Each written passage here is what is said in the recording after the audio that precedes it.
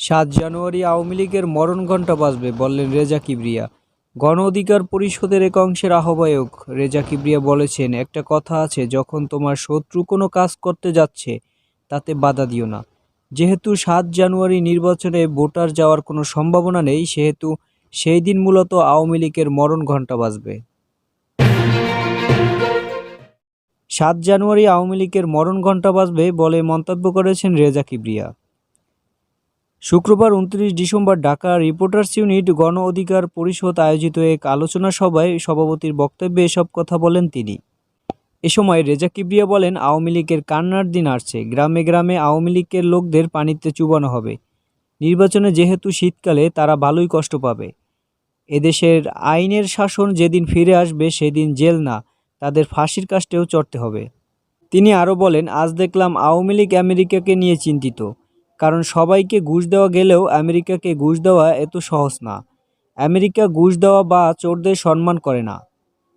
আওয়ামী লীগ এদেশের শাসন ব্যবস্থা ধ্বংস করে বাহিরের দেশে সুন্দরভাবে থাকতে চায়, কিন্তু সেটা তারা পারবে না, কারণ সেসব দেশে আইন শাসন আছে। চুরি করা টাকা দিয়ে ভালোভাবে থাকা যাবে না। এ সময় আলোচনা সভায় ব্যারিস্টার মাহবুব উদ্দিন খোকন বলেন, আওয়ামী লীগ আগামী ৭ জানুয়ারি সুইসাইড করবে। তারা নিজেদের মধ্যে মারামারি করবে, জনগণের বিজয় হবে। সমগ্র জাতিকে একত্রিত করতে হবে। এ সরকারের আমলে ৭ জানুয়ারি কোনো নির্বাচন হবে না। ৭ জানুয়ারি সবাইকে নির্বাচন বর্জন করার আহ্বান জানান তিনি। গণফোরামের নির্বাহী সভাপতি অ্যাডভোকেট সুব্রত চৌধুরী বলেন, আমরা লিফলেট বিতরণ করার সময় দেখতে পেয়েছি জনগণ এ নির্বাচন মানে না। ৭ জানুয়ারি পাতানো নির্বাচনে জনগণ অংশগ্রহণ করবে না। দেশের প্রহসনের নির্বাচন হচ্ছে। এ সময় তিনি আরও বলেন, দেশ মাফিয়া চক্রের মধ্যে পড়ে গেছে। সরকার কাকে কয়টা সিট দেবে সেটা আগে থেকেই ঠিক করা হয়ে গেছে। সরকার আওয়ামী লীগকে ধ্বংসের ধারপ্রান্তে নিয়ে গেছে।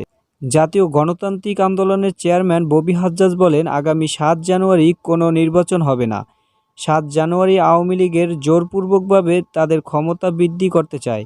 এ সরকার দেশের সঙ্গে ছিনিমিনি খেলছে।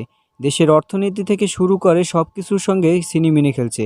সবাইকে একত্রিত হয়ে সরকারের বিরুদ্ধে আন্দোলন গড়ে তুলতে হবে। আলোচনা সভায় আরও উপস্থিত ছিলেন ভাসানী অনুসারী পরিষদের সদস্য সচিব হাবিবুর রহমান সিজু, গণ অধিকার পরিষদের কেন্দ্রীয় যুগ্ম আহ্বায়ক কর্নেল অবসরপ্রাপ্ত মিয়া মশিউজ্জামান, ইসলামিক আন্দোলন বাংলাদেশ প্রেসিডিয়াম সদস্য আশরাফ আলী আকন্দ সহ আরও অনেকে।